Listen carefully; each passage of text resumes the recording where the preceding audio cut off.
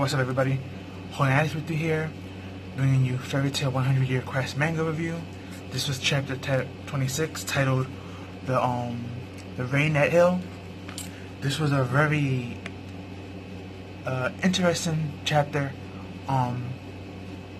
As you know from last week, we got trolled, and it felt like a filler chapter that Ezra switched with the other Ezra from that Fairytail Guild, and they had to switch back, so they paused at this train station, which was Rain Hill, and the Ezra switched, and now we have our Ezra back, and actually in the train station dealing with the luggage and stuff, and they have to wait here for their next train before they go to GrayxJuvia. Everyone decided to go out and have some fresh air. Now, Natsu and Lucy and Wendy and the cats went to one area by themselves. Ezra, playing the big sister slash mother role, she's still behind to take care of the paperwork and the luggage. But when it came to Gray, he decided to just go on his own and walk around to see, what he could find. And he ended up finding Juvia, but we find out it's not the real Juvia, it's the Juvia from Fairytail. And which I believe her name is Gid-sama, or Glad-sama, something like that. But basically the fake Juvia showed up and they started talking, and she was like, Juvia must be your girlfriend, does she look like me? And he was like, yeah. And she replied something smart, and Gray was like, that's not true. And then she was like, but you're not denying that you're a couple. And it ended up coming to the point where she basically tricked Gray into like saying that they're not a couple. So she was like, since you're not with nobody, come on a date with me. And she grabbed his arm and she took him, and they went on a date. And they started doing different things, walking through the street. Great bad habit kicked in, he stripped. They went clothes shopping. They went out for dinner. They did a whole basic dating thing. And in the end, they were talking on the hilltop of like this place. And she was basically letting her emotions to Gray, saying that their version of Gray, which I believe his name was Gran, he basically she was saying how Juvia really feels, our Juvia, and she was telling Gray that, and Gray was thinking like, wow, I've been cold-hearted. And then he realizes the reason why he's been doing it because he feels like he's not good enough to tell Juvia how he really feels. So that was like the whole point of that dialogue and that discussion. And as Gray is like contemplating to his emotions, we're listening to Juvia speak, and the fake one, and he's thinking about his Juvia. He was like, I don't know how to apologize because she has a scar on her chest thanks to me. Which, remember, that scar came from when her and Gray had to both stab each other in the Alvarez arc. So Gray feel kind of, he feels conscious at fault about that. And then her boyfriend, the fake Juvia's boyfriend, Gran, he comes out, and she tells him, oh, P.S. I was just lying just to get you to think about your girlfriend. But before the fake Gray came, she flashed him. And then we found out that Ezra actually kind of lied. And yes, this fake Juvia is a exotic dancer, but she's not a topless one like she said. That was just a front teed just to like bring in people.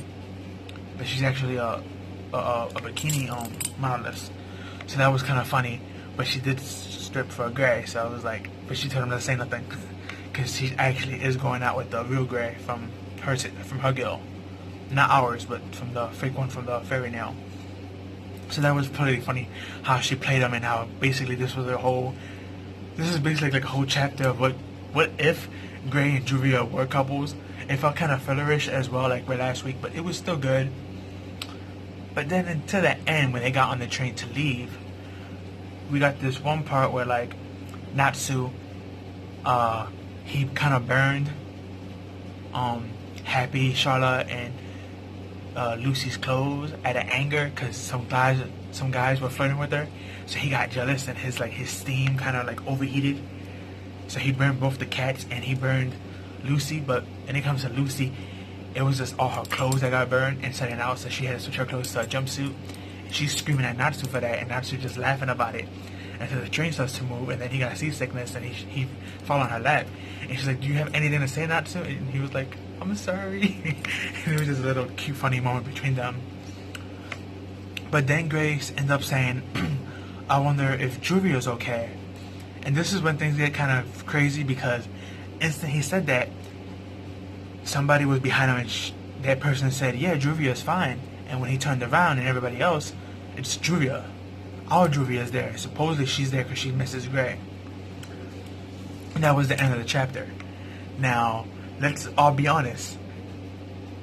Even if that's the real body of our Juvia from the regular Fairytail girl, she shouldn't be right up here. I mean, if you go back a couple of chapters ago, when the Fairytail girl had to fight the white mage, Toka had bodied the whole guild. And if you look in the guild hall, they showed you every single core member was there. The only ones who were not there was the main five: Natsu, Lucy, Gray, Wendy, and the cats. So, other than those 5 people and the 2 cats, I mean, everybody else was there. And Ezra's boyfriend, Jalal, he was there as well. And remember, she bodied all of them, and she was just there drinking tea. So the fact that this Juvia is coming out of nowhere, either A, is a fake one that she made with her powers, or she took over the real Juvia's body and she's manipulating her to get closer to Natsu, since Gray's always with Natsu because they rival/friends. So she can get to somebody who's close to somebody he's close to. It's an easy way for her to infiltrate her way to get close to Natsu, which is her goal. Now, we don't know why she was obsessed with Natsu. Supposedly it's because she's in love with him, but that seems kind of fishy. She did something about Blair earlier in a couple of chapters, and we know Blair was part of Arabe's worshippers, who was a cult. So she most likely can't be trusted, and her intentions are most likely wicked. My prediction is that both Tokas, the real one and the one inside her, I believe they both are after Natsu for 2 different reasons. The real Toka probably is obsessed and in love with Natsu, and the evil Toka that's in her, that's possessing her, is probably the one who wants to destroy Natsu and take his power. Maybe she knows about Zairith creating this Natsu from Ethereal, and she wants that power for herself. That's just my theory on why the evil one wants Natsu, but we have to wait and see what happens with this development. But it is nice to get some character development with Gray and him reconcile his emotions and stuff, and maybe this is the arc where he finally confesses to her. Who knows? But again, this was a great chapter, great stuff. Can't wait for next week's chapter. Hopefully, I'm not sure what's gonna go down with this Juvia, but we can imagine it's not gonna be nothing good. And it's kind of sad that Gray might have to fight Juvia again. I mean, the first time they fought, they didn't have no choice. They both had those shackles, collars around their neck that was forcing their bodies to act on their own, thanks to one of the Spriggan 12 members. So, let's see what happens now. But that's all I have for you guys. Like, comment, share, subscribe, share with your family and friends. Give this video a like. Follow me on Twitter, link me down below. Tell me what you like and didn't like about the chapter, and how you like the 100-year quest of Fairytail so far. I'm loving it. There's some issues here and there, especially with the dragons, but other than that, it's good at what it does the most, which is to bring in the story to fruition and letting us see all the couples and stuff. And maybe from this we get next generation of Fairytail, since Hiramashiba has been talking about that for a while, so maybe we'll get that. But that's all I have for you guys. Peace out, have a good one.